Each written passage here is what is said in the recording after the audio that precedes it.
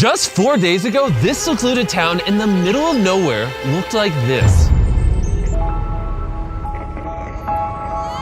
And because this town is located in the middle of the jungle in Guatemala, an area that experiences extreme tropical storms in the summer, many of these small houses cannot withstand these brutal conditions, forcing the residents to constantly rebuild their homes in order to protect their families. However, Guatemala City, a 4-hour car ride away, is in stark contrast to this with its upmarket infrastructure and work opportunities, a gap we really want to bridge.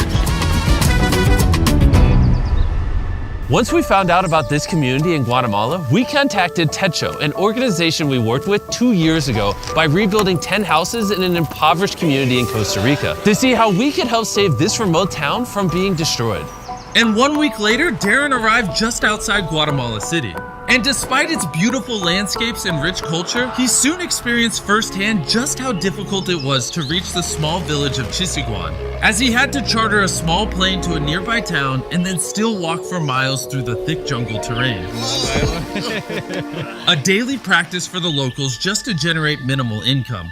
Upon his arrival, Darren met with Alberto, a father of 8 children who provides for them along with his wife Maria, by traveling for hours every day to reach the nearest city to sell fabrics where he only makes $2 per day, meaning that each one of his family has to live on roughly $1 per week. On top of this, the entire family of 10 have to share a singular bedroom.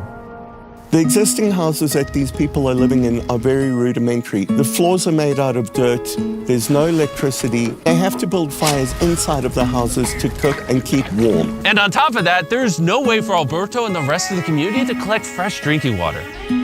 Todavía llegamos a buscar aguas en los pozos, porque ahí tenemos un pocito que está ahí, pero no nos abastece por la familia que tenemos como no.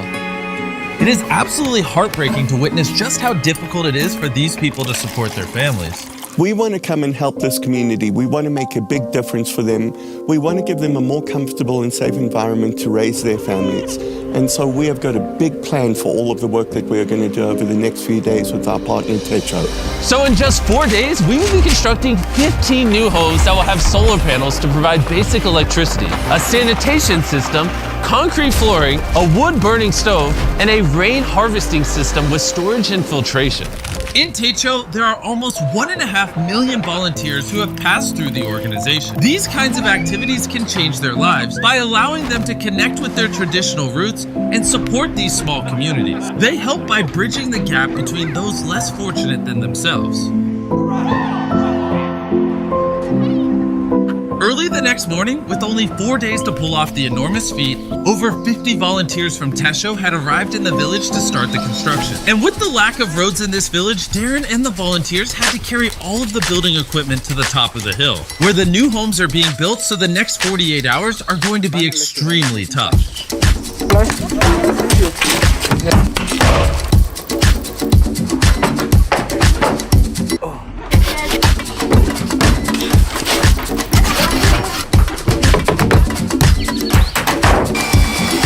With 2 days down, they were able to finish the structures of the houses. However, with only 48 hours remaining, they still had to install all of the irrigation pipes and plumbing for the water collection system.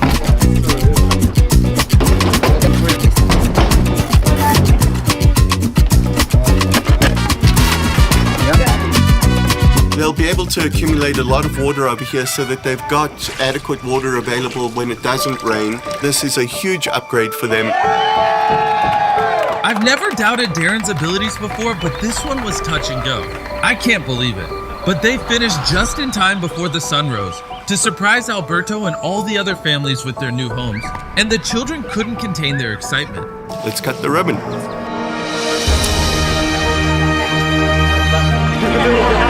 You could immediately see how excited this community was. The expressions on their faces, the excitement in their voices, and it was a beautiful experience. The gratitude that they were giving us back felt to me like more than we were giving them. They now will have more opportunities to make significantly more money, as they would have to spend less time maintaining their houses every storm. The new roads Techo built will make it easier to travel to and from neighboring communities. They have electricity, making it easier for the children to study at night.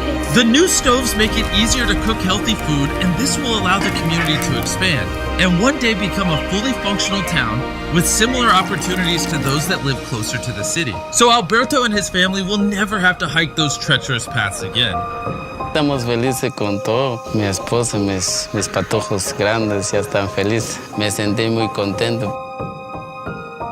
And beyond this, we have another big surprise for the community. But before I show you this, I want to tell you about the sponsor of this video, Dragon City. Beyond sponsoring this incredible project, Dragon City is hosting a Philanthropy Week Challenge from January 21st to 28th in-game. Players can earn points for Techo by breeding an electric parent and a flame parent dragon. And for every 50,000 points earned globally, Dragon City will donate $100 to techo.us to help build shelters in Latin America with a total donation goal of $20,000. Also, there's a custom Mr. Beast Runner Island starting on January 24th where you can obtain all of the Mr. Beast dragons through in-game offers. But if you don't like my dragons, there's obviously thousands of more you can choose from. So don't worry, I won't get offended as long as you subscribe. Download Dragon City by clicking the link in the description or scanning this QR code right here to get a special starter pack with 15,000 food, 30,000 gold, 10 gems, and join the Beast Philanthropy Week as the Dragon Master. On top of the 15 houses we've built, we are also building a community center, which will serve as additional classrooms for the school, which currently only has 2 classrooms. The woman will also use it for training and workshops to learn new skills and to try and find other ways to get a job. The people in this village have opened up their homes, they've opened up their hearts, and they've opened up their communities to us, and we have felt that in this community. Your support on these videos mean the world to me. I hope you guys enjoyed. As always, your eyeballs watching these videos help us help people, but your finger can as well by hitting that subscribe button. So tap it right now and then let us know down below, and get mad at anyone down below that doesn't subscribe. Get mad in a nice way because we support positivity, but mad in enough of a way where they subscribe. Bye.